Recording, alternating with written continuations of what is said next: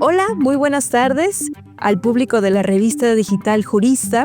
El día de hoy estoy con el doctor Javier Carrasco, destacado académico y catedrático de nuestra institución, con quien vamos a platicar sobre la última publicación de la reforma a la prisión preventiva que se publicó el 31 de diciembre del 2024 y que ahora estamos viendo el avance de este proceso para reformar el artículo 19 constitucional.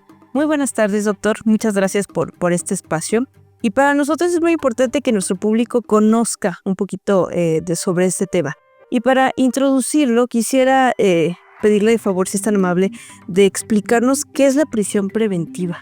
Sí, primero tenemos que saber qué es lo que es la prisión preventiva para entender cómo esta reforma esta reciente reforma violenta los derechos humanos. A pesar de que la Corte Interamericana le ha dicho a México en la sentencia García Rodríguez contra México que esta figura violenta la Convención Americana sobre Derechos Humanos, no obstante, el Estado mexicano ha ignorado esta sentencia. Entonces, primero, ¿qué es la prisión preventiva? La prisión preventiva es una medida cautelar. Cautela significa cuidado. Es una decisión que toma la persona juzgadora para cuidar el proceso. Es decir, si una persona va a enfrentar un proceso, una de las primeras decisiones que la persona juzgadora tiene que tomar es si esta persona enfrenta el proceso en prisión preventiva o en libertad. Y el Código Nacional de Procedimientos Penales contempla 14 diferentes medidas. De acuerdo a los estándares internacionales, la prisión preventiva debe ser la última excepción porque violenta muchos derechos, ¿no? Y cuando se va a imponer la prisión preventiva, la Fiscalía, el Ministerio Público tiene que argumentar, tiene que justificar con información contundente y objetiva que esta es la única figura o la única medida cautelar que se debe utilizar para garantizar que la persona regrese a la audiencia, para que la persona no interfiera con el propio proceso o que no ponga en riesgo a las víctimas. El problema con la prisión preventiva oficiosa es que la palabra oficiosa significa automático, es decir, que anula la argumentación, anula que el Ministerio Público justifique y solicite esa necesidad de cuidado, sino que en automático se impone únicamente porque a la persona la señalaron por cometer un delito que está contenido en el listado del artículo 19 constitucional. Entonces tenemos que entender para qué es la prisión preventiva. La prisión preventiva es para asegurar que el proceso continúe. No es para reducir la impunidad, no es para eficientar otros aspectos que el Estado mexicano es carente. Por ejemplo, la investigación deficiente de la Fiscalía, pero cuando escuchamos los argumentos del gobierno en turno, del legislador en turno y de los anteriores que han creado esta figura, la utilizan o su justificación, la argumentación es para reducir la impunidad, para reducir esto y lo demás. Y entonces están utilizando esta figura para algo que no es, que la Corte Interamericana y los estándares internacionales claramente han definido para qué es esta figura. Y nuestro Estado mexicano la utiliza, o más bien argumenta su uso para otra cosa que no es. Entonces ese es el problema en el que estamos. Claro. Y para el tema del proceso judicial, ¿cómo es que van a aplicar esta reforma? O sea, cada estado va a tener que reformar, por supuesto. No.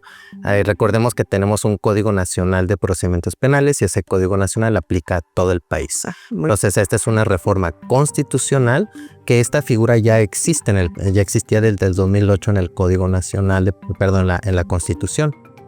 En el 2008 se crea esta figura y tenía alrededor de 8 o 9 categorías de delitos. Yo le llamo categorías porque en algunas pueden ser más delitos, 8 o 9. Después, en el 2011, se agrega otro delito más. En abril del 2019 llegamos a duplicar y teníamos alrededor de 23 categorías de delitos. El 31 de diciembre se le agregan 3 delitos más. Pero estas categorías de delitos que están en la Constitución ahora se tienen que legislar para que en el Código Nacional de Procedimientos Penales pongan la lista de todos los delitos. Y la lista más o menos es un total de más de 150 delitos por los cuales si una persona es procesada por el delito que está contenido en esta lista, en automático va a estar en prisión preventiva. Y el problema aquí es que violenta la presunción de inocencia porque se asume sin ninguna justificación que la persona pues tiene un riesgo de sustracción, sin argumentar, sin decirle a la persona juzgadora quién es esta persona, dónde vive, qué ha hecho en la comunidad. Y la Corte Interamericana ha establecido en el caso García Rodríguez y otros de otros países que cuando se impone la prisión preventiva sin justificar, entonces se está imponiendo una pena y la medida cautelar no es una pena. Y ahí es donde choca con la presunción de inocencia y así es como violenta la Convención Americana sobre Derechos Humanos.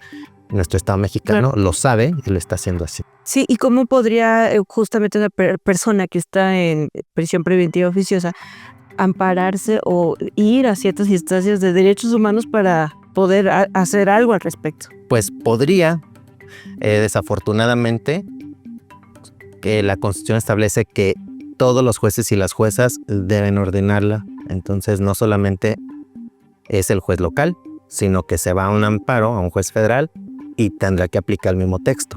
El otro problema con esta reforma del 31 de diciembre, que ese es el regalo de Año Nuevo de esta legislatura federal, el otro problema es que incluyen otro párrafo u otra parte, no otro párrafo, sino que otra parte a este párrafo, al segundo párrafo del artículo 19 constitucional, donde prohíbe que las personas juzgadoras apliquen un criterio diferente o interpreten algo diferente.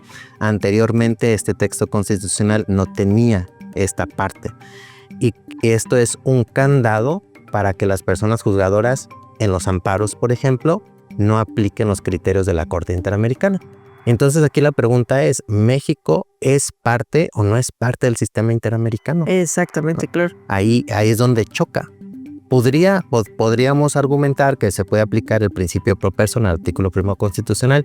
Sin embargo, vamos a entrar a una disyuntiva, a una batalla jurídica, ¿no? Pero es claro la intención. La intención es que los criterios de la Corte Interamericana en este punto los jueces y las juezas no los estén aplicando. Y entonces ahí tenemos las personas que son las más vulnerables, las personas que están en prisión, son las que van a ser afectadas. O sea, sí. El día de mañana cualquiera de nosotros nos pueden detener te señalan por un tipo de delito que está contenido en este artículo y en automático estás en prisión. Y la prisión preventiva puede durar hasta 2 años y se puede extender más. Claro, por supuesto, con todos los procesos en los sistemas para administrar la justicia. Sí, claro. Entonces, ¿no? Y eso no hace efectivo más la investigación. Claro. Entonces, ¿no? Pues creo que hace como más lento, como que la fiscalía se confía de que la persona ya está en prisión preventiva, de que ya salió en los medios y como que se relaja y ya no investiga con la fuerza que debería de ser.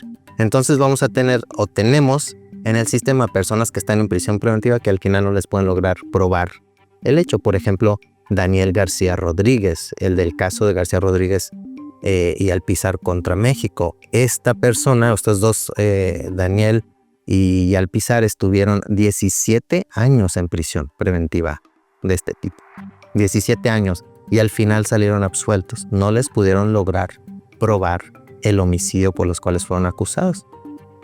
Y tenemos casos, o sea, como estos en todo el país, donde las personas están años en prisión preventiva, no se les logra probar que son culpables del hecho por el cual son acusados y al final salen absueltos, pero ¿quién les repara ese tiempo?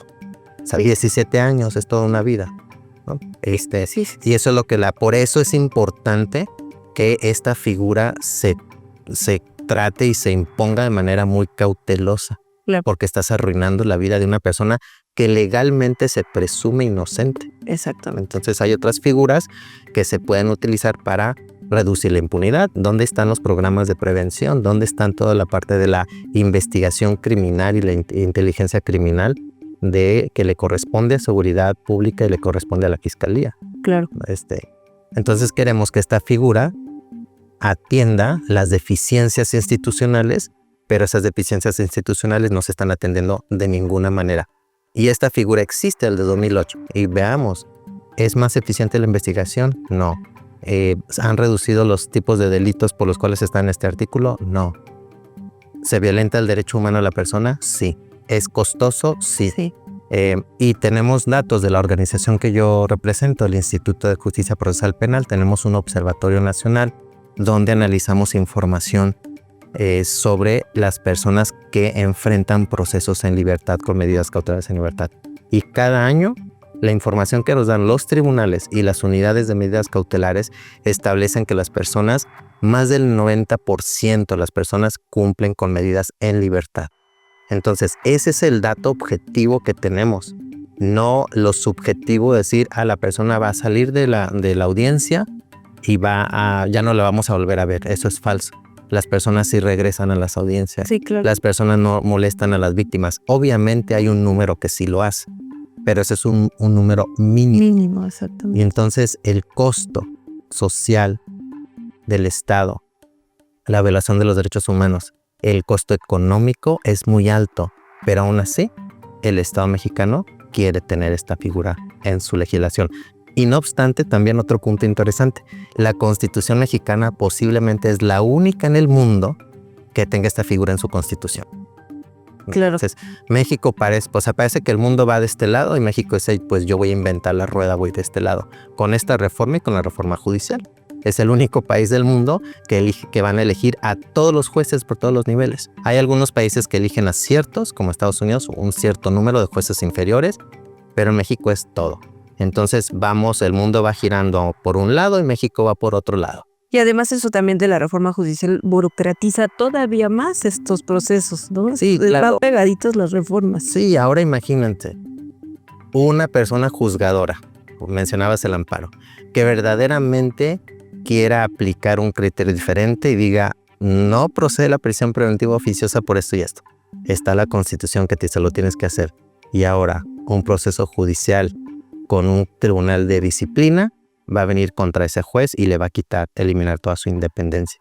Entonces sí estamos caminando sobre un rumbo que se está, se están limitando los derechos humanos de personas privadas de la libertad o personas procesadas, y eso sí tenemos que tener una alerta. O sea, la comunidad jurídica tiene que conocer lo que estas reformas van a implicar para nuestro trabajo, desde las academias, desde la defensa. Así es. Y todo lo que estamos tratando de avanzar en varios años con la reforma del sistema penal, se ha tratado de avanzar y ahorita pues parece que estamos retrocediendo, estamos regresando a un sistema inquisitivo. Sí, ¿cuál sería su recomendación, doctor, para justamente estos procesos desde su experiencia ya que ha probado, ¿no? lo que sí funciona para que se establezca en el criterio técnico? Pues bueno, pareceré disco rayado, pero respetar los criterios del sistema interamericano, los criterios internacionales, ahí están. La Corte Interamericana ha sancionado a México en 2 casos, a Ecuador, a Chile, a Honduras, a Perú, muchísimos países donde han tenido una figura similar, y están los criterios muy definidos en todos estos casos. Hay 2 sentencias en contra de México y el Estado mexicano tiene que ser serio y decir, somos parte del sistema interamericano, entonces tenemos que respetar la convención y los criterios de la Corte. O de lo contrario, pues aquí estamos jugando. Sí, ¿no? sí, o sea, claro. O somos parte o no somos parte del sistema. Y ahorita con esta reforma, claramente parece que la intención es no somos parte, porque hasta en el texto constitucional establece, ¿no? Como lo dije, las personas juzgadoras no van a aplicar otro criterio que no sea lo que el texto constitucional establece. Y es decir, se va a prisión en automático, sin derecho a que se pueda defender, sin derecho a que tenga una verdadera audiencia, sin derecho a un principio de contradicción. Entonces, lo que enseñamos en el sistema acusatorio de contradecir, de argumentar, de probar, pues esta reforma lo aniquila. Muy bien. Así es, doctor. Es un tema muy interesante que seguramente ya estaremos revisando el avance y con muchos casos que por supuesto van a salir para poder comentar al respecto. ¿Algo más que guste agregar, doctor? Creo solamente que la comunidad jurídica debemos de estar al pendiente de estas reformas, de instruirnos, de leer los casos de la Corte Interamericana, de apoyar a las personas juzgadoras que verdaderamente quieran esforzarse por aplicar criterios diferentes. Las barras de abogados deben de estar activamente oponiéndose a este tipo de reformas. La academia debemos de estar escribiendo, analizando, poniendo estas reformas, porque lo contrario, cuando lo queramos hacer va a ser muy tarde. Muy bien, pues muchísimas gracias, doctor, por este análisis que sin duda ha sido muy interesante. Y a ustedes los seguimos invitando a que consulten nuestros contenidos especiales en la página www.colegiojurista.com. Nos vemos hasta la próxima.